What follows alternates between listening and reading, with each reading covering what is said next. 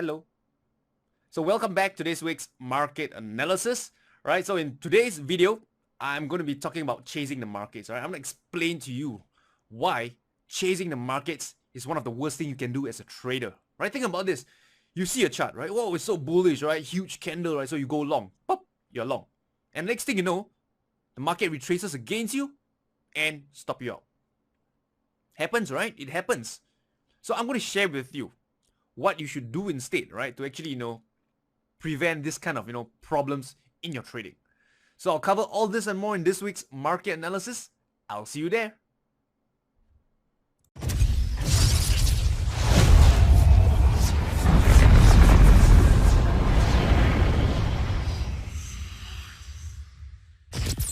Okay, so just want to share with you a feedback or a comment from Mr. Shun Kui, right? He says, Rainer, your sugar trade was spot on. Have been watching some of your videos and I think they are really good. Do you have a signal service or something?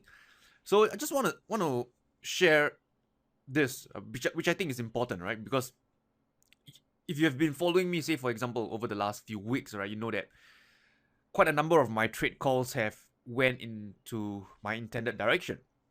But this is not to mislead you and think that my trade calls are always, this accurate, because I also have my own losing streaks that come along with it. Because if you have been following me over the last few months, all right, or a long enough period of time, you'll know that I have losing streaks, and I'm not shy to talk about it, because this is pretty much the reality of trading. So I would say be careful, right? If you watch any videos online, right, even mine, right, and you see that I have a few winning trades, and you think that I'm onto something, right? The holy grail or something, because that is simply not true, right? In fact, the only reason why I'm still in this trading business is because of one thing, and it's not my trading strategy. It's this: risk management. This is the only thing that has kept me alive after all these years, right? It's not my trading strategy, because honestly, the trading strategy is just only one part of a trading system, right? Without sound risk management, right, even the best trading strategy that you use isn't going to work out in the long run. So that is my point, right? I'm happy that a few of you who actually followed my calls made money, but do understand that there will be times I will be wrong, and I can be really, really wrong. And the only way I'm going to survive is risk management, right? Don't forget this. This is very, very important. And with regards to the last question, do I offer any signal service? The answer is no, I don't offer any signal service. And it's just my own personal take to it. I find that it's better that I teach you how to trade the markets instead of having you to rely on me to make profits from the market. So this is just my own beliefs, right? So at this point in time, I don't have any signal service. So I'll say the best thing you can do for yourself is just study through my free videos, right, and get a good understanding on what trading is all about. And after that, once you've understand it, you understand the principles I teach, and you can be pretty much on your own, right? So yeah, this is my reply to whether I have a signal service or not. So that's it. Let's move on into this week's market analysis. The first thing I want to talk about is chasing the markets, right? I'm not sure whether you watched the previous video I did, right? When we talk about breakouts, I mentioned that you don't want to be chasing breakouts because of a very simple reason, right? If you chase breakouts, number one is that you don't have a logical place to put your stop loss. Let's say, for example, on Brexit event day, this is the chart of Euro Yen. This is the daily time frame. And on the day of Brexit itself, look at this spike down lower.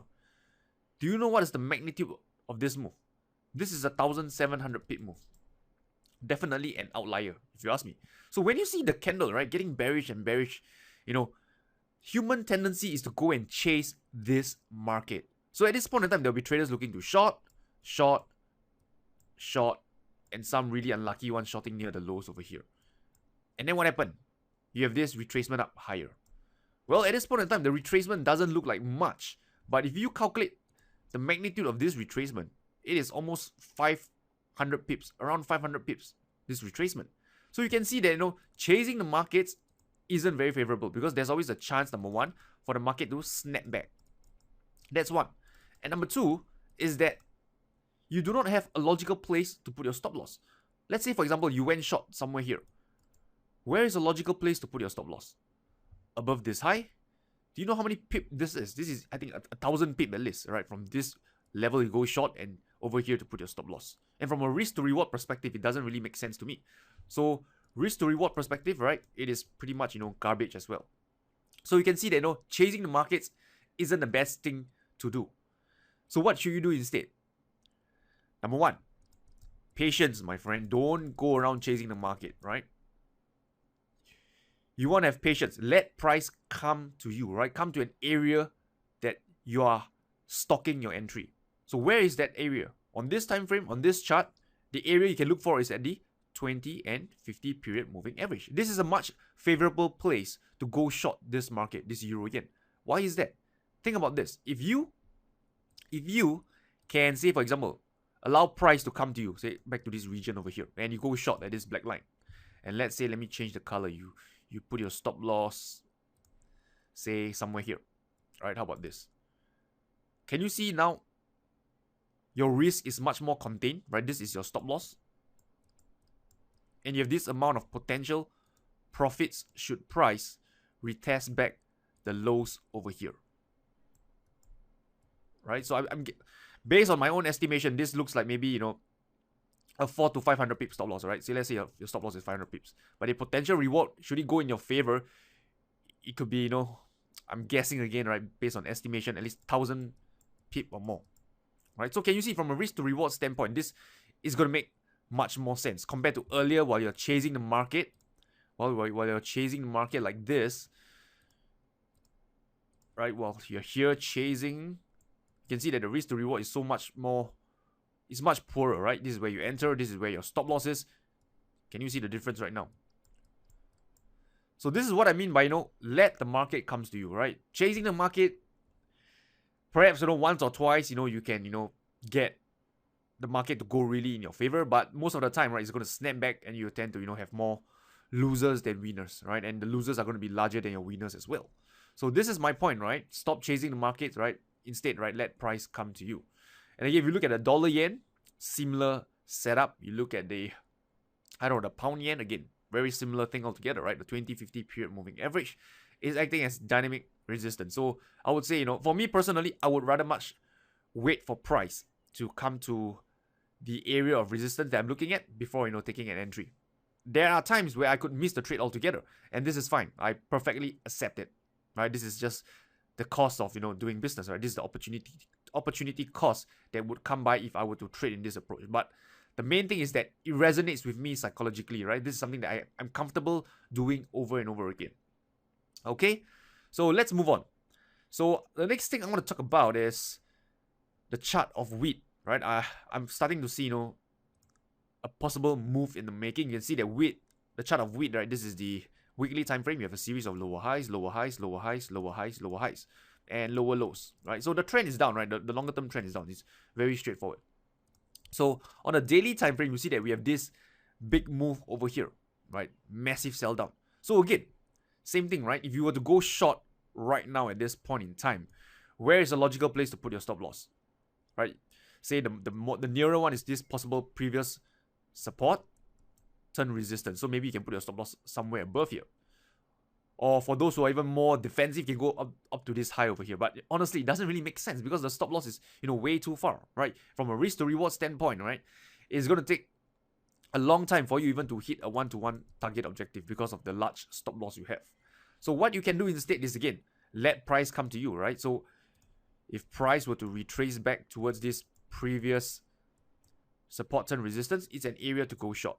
So now, right now, I want to teach you another trick that you can do. What you can do is, again, do not trade this chart off this time frame. Instead, go down to a lower time frame and look for a sensible or a logical entry that you can take off. So for example, earlier you saw the daily time frame. Doesn't make sense, right, to trade off the daily time frame because the move is so, the sell down is so huge. But if you go down to the 4-hour time frame, you realize that you can actually better manage this trade on this time frame. How can you do it, right? You look at the 4-hour time frame. What do you notice? Do you notice a pattern? I'm sure you do, right? Because if you look at the 20 period moving average, which is this red line over here, it's acting as dynamic resistance, right? Price has bounced off it once, twice, thrice, almost the 4th time. And so right now, if price were to retest back this 20 period moving average on the 4-hour time frame, this is an opportunity to go short, right? And your stop loss can just be above the 20 period moving average. So can you see this is a potential trading opportunity? Whereas if you look at the daily time frame earlier, you don't see that opportunity. So this is a so-called an additional tip for you, right? To how to actually manage your trades while the market is moving very strongly. Right, so this is something that you can actually consider by going down into a lower time frame and find a sensible entry and exit. Okay, so this, I would say, is advanced stuff, right? So if you got lost along the way, right, I do apologize, but this is just something for those traders who are more intermediate, right, and want to take their trading to the next level. This is something that you can actually look at. Okay, so this is the thing I'm looking at this week, right? The market is wheat.